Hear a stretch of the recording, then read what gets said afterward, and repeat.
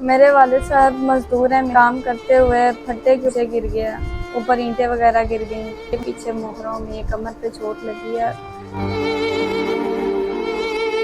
मोहरों का मसला बन गया। डॉक्टर्स ने कहा कि ऑपरेशन होगा। ऑपरेशन के पैसे बहुत ज्यादा हैं, 2-2.5 लाख रुपए मांग रहे हैं। गरीब घर से ताल्लुक रखती हूँ, से अरेंज नहीं हो रहे, फिर रेंट भी देना पड़ता है, राशन भी लाना पड़ता है। बड़ी मुश्किल हालात हुए हैं, बड़ी मुश्किल से गुजारा हो रहा है। यही इल्तिजा है कि कोई भी अल्लाह का नेक बंदा है। मैं बहुत परेशान हूँ।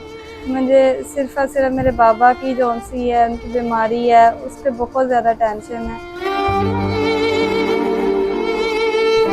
अस्सलाम वालेकुम नाजरीन, मैं हूं आपका अपना मेज़बान ज़हेब सागर और आप देख रहे हैं मेरा अपना यूट्यूब चैनल। नाजरीन, आज मेरे साथ बड़ी परेशान जो है ना छोटी सी प्यारी सी बहन मौजूद है।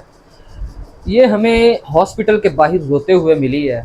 तो हमने इससे जो है पूछा है कि बहन क्यों रो रही हैं, क्या मसला है। तो इन्होंने अपने वालिद के बारे में बताया कि वो काफ़ी ज़्यादा सख्त बीमार हैं, हॉस्पिटल में एडमिट हैं। तो आइए इनसे जानते हैं कि वालिद साहब को क्या हुआ है और कब से हॉस्पिटल में एडमिट हैं और क्या उनको बीमारी है। अस्सलाम वालेकुम। वालेकुम अस्सलाम। मुझे बहन ये बताइएगा कि आप हॉस्पिटल के बाहर इतना ज़्यादा रो क्यों रही थी, क्या मसला है, क्या हुआ है? दरअसल मेरे बाबा बहुत ज़्यादा तकलीफ़ में थे, तो उनकी तकलीफ़ बर्दाश्त नहीं हो रही थी मुझसे। तो मैं बाहर आई हूँ, उन्हें देख कर मुझे रोना आ गया, तो मैं इस वजह से बाहर आ गई थी। क्या हुआ है आपके वालिद को? मेरे वालिद साहब मज़दूर हैं, मिस्त्री का काम करते हैं। काम करते हुए फट्टे के ऊपर खड़े हुए थे, वो नीचे गिर गया, ऊपर ईंटें वगैरह गिर गई, उन्हें चोट लगी है, पीछे मोहरों में कमर पे चोट लगी है। मोहरों का मसला बन गया। डॉक्टर्स ने कहा कि ऑपरेशन होगा। ऑपरेशन के पैसे बहुत ज़्यादा हैं, 2-2.5 लाख रुपए मांग रहे हैं। वो हमसे अरेंज नहीं हो रहे। गरीब घर से ताल्लुक़ रखती हूँ, अरेंज नहीं हो पा रही। इस वजह से बहुत ज़्यादा बाबा को तकलीफ़ भी हो रही थी, रोना आ गया, इस वजह से बाहर आ गई थी। वालिद साहब कब गिरे हैं, कितना अर्सा हो गया है और हॉस्पिटल में कब से एडमिट है? मेरे बाबू को 10-12 दिन हो गए हैं, वो हॉस्पिटल में एडमिट हैं।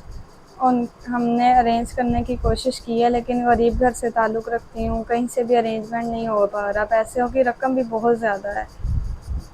फैमिली में और कौन कौन है, कोई भाई या कोई रिश्तेदार वगैरह जो आपकी सपोर्ट कर सकते हो आपके वालिद के इलाज में? मेरी वालदा हैं, मैं हूँ और मेरे 2 बहन भाई हैं, छोटे हैं वो, मैं बड़ी हूँ। अम्मी भी जौन सी हैं वो घर में ही काम करती हैं, उन पढ़ी लिखी नहीं है, ना ही अब्बू इतने पढ़े लिखे हैं। मैंने भी मुश्किल से मैट्रिक किया है। अभी इतनी एज भी नहीं है, बाहर भी नहीं कभी भी बाबा ने जाने दिया। खुद ही वो करते थे, जैसे भी काम करके हम घर बार चलाते थे, उनका था। मैंने बाहर नहीं देखा, ना ही कोई जॉब कर सकती हूँ, कुछ भी नहीं कर सकती। आईडी कार्ड नहीं बना हुआ? मेरी 19 साल उम्र है, लेकिन आईडी कार्ड नहीं बनवाया गया अभी तक, क्योंकि कुछ बाबा की तबीयत अंदर ख़राब हो गई। कुछ अखराजात ही नहीं थे इतने कि हम फैसिलिटीज़ नहीं थी कि हम जाके बनवा सकते। तो जब से आपके बाबा गिरे हैं, हॉस्पिटलाइज़ हुए हैं, तो पीछे घर का जो है वो खर्चा वगैरह वो किस तरह से मैनेज हो रहा है? क्योंकि आप बता रही हैं आपके वालिद मज़दूर हैं, डेली मज़दूरी करते थे तो घर का सर्कट चलता है। बस भाई ऐसे ही हो रहा है कि कभी किसी से पकड़ लिए, कभी किसी से पकड़ लिए, उधार सर पे चढ़ रहा है। ऐसे ही काम चल रहा है, रेंट के ऊपर घर है हमारा। उसके बाद आप ये भी जानते हैं कि बिजली के बिल पाकिस्तान में कैसे आ रहे हैं, 9-9 10-10 हज़ार रुपए। तो ऐसे ही है कि छोटे से छोटे घर को भी ना इतना बिल आ रहा है। बड़ों का तो फिर जिनके एसी लगे हैं उनका तो अलग है कि उनके ज़्यादा बिल आते हैं। छोटे घरों के में भी 9-10 हज़ार रुपये बिल, फिर रेंट भी देना पड़ता है, राशन भी लाना पड़ता है। बड़ी मुश्किल हालात हुए हैं, बड़ी मुश्किल से गुजारा हो रहा है। घर का कितना किराया है आपका? हमारा 12,000 रुपये घर का किराया है। 12,000 रुपये घर का किराया है, तो किराया टाइम से दिया जा रहा है? नहीं, किराया भी टाइम से नहीं दिया जा रहा, क्योंकि पहले भी जब बाबा जाते थे तो उन्हें हम 10 दिन के बाद कुछ पैसे पकड़ा दिए, फिर जब पैसे होते थे जमा कर लेते थे, फिर पकड़ा दिए। एकदम बाबा की सैलरी तो नहीं लगी हुई ना कि उन्हें जो सा है वो जब सैलरी मिलेगी तभी पकड़ाने हैं। वो तो जब मजदूरी होती थी, काम होता था, जब जाते थे तभी मिलते थे पैसे। तो सरकारी हॉस्पिटल भी हैं लाहौर में, अच्छे अच्छे हैं, वहाँ पे इलाज वगैरह भी अच्छा होता है, तो सरकारी हॉस्पिटल में लेके नहीं गए आप? भाई लेके गए थे सरकारी हॉस्पिटल में भी, लेकिन आपको पता है सरकारी हॉस्पिटल में हर जगह पे इतनी फैसिलिटीज़ नहीं है, वो सारी आवाम जितनी भी है गरीब गुरबा उधर ही जाती है, तो उन्होंने भी जो सा इतनी तवज्जो नहीं दी। इस वजह से हमें यहाँ पे लेके आना पड़ा मजबूरी में।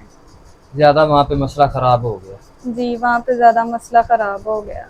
अब ये डॉक्टर क्या कहते हैं कि ऑपरेशन करना पड़ेगा या ऑपरेशन के बगैर ही दवाइयों से सही हो जाएंगे? इन्होंने कहा है कि 2.5 लाख रुपए ऑपरेशन पर लगेगा, ऑपरेशन होगा उसके बाद ही जो सा है ये ठीक होंगे। ये भी पक्का नहीं कह रहे कि उसके बाद ये काम कर सकेंगे या नहीं कर सकेंगे, लेकिन इनकी जान बचाने के लिए उन्होंने कहा कि ऑपरेशन करना ज़रूरी है और उस पर 2.5 लाख रुपए खर्चा है। नाजरीन, इनके वालिद साहब लाहौर के एक हॉस्पिटल प्राइवेट में एडमिट हैं, जहाँ पे मोरों का, हड्डी टूटने का इलाज वगैरह होता है, ऑपरेशन होता है। और आप सब जानते हैं ये ऑपरेशन काफ़ी ज़्यादा एक्सपेंसिव होते हैं। तो ये गरीब लोग हैं बेचारे, मजदूरी इनके वालिद साहब करते थे। जो है वो मिस्त्री के साथ गो वाले फट्टे पे खड़े हुए थे, वो फट्टा टूटा है, नीचे गिरे हैं, ऊपर ईंटें गिरी हैं, तो ये कमर का जो बैक बोन की जो हड्डी होती है ये फ्रैक्चर हुई है, तो उसका ऑपरेशन करवाना है। तो ऑपरेशन का 2.5 लाख रुपये डॉक्टर खर्चा मांग रहे हैं। और ऑपरेशन कब करवाना है, कितना अर्सा तक जो है वो उनको वो रख सकते हैं ऑब्जर्वेशन में, ये भी हम इनसे जानने की कोशिश करते हैं। बताइएगा कि डॉक्टर ने क्या बोला है कि कितने टाइम तक जो है ऑपरेशन लाजमी करवा सकते हैं, ज़्यादा से ज़्यादा दिन और कम से कम दिन। डॉक्टर्स ने कहा है कि जल्दी से जल्दी ऑपरेशन करवा लिया जाए, क्योंकि वही बेहतर है।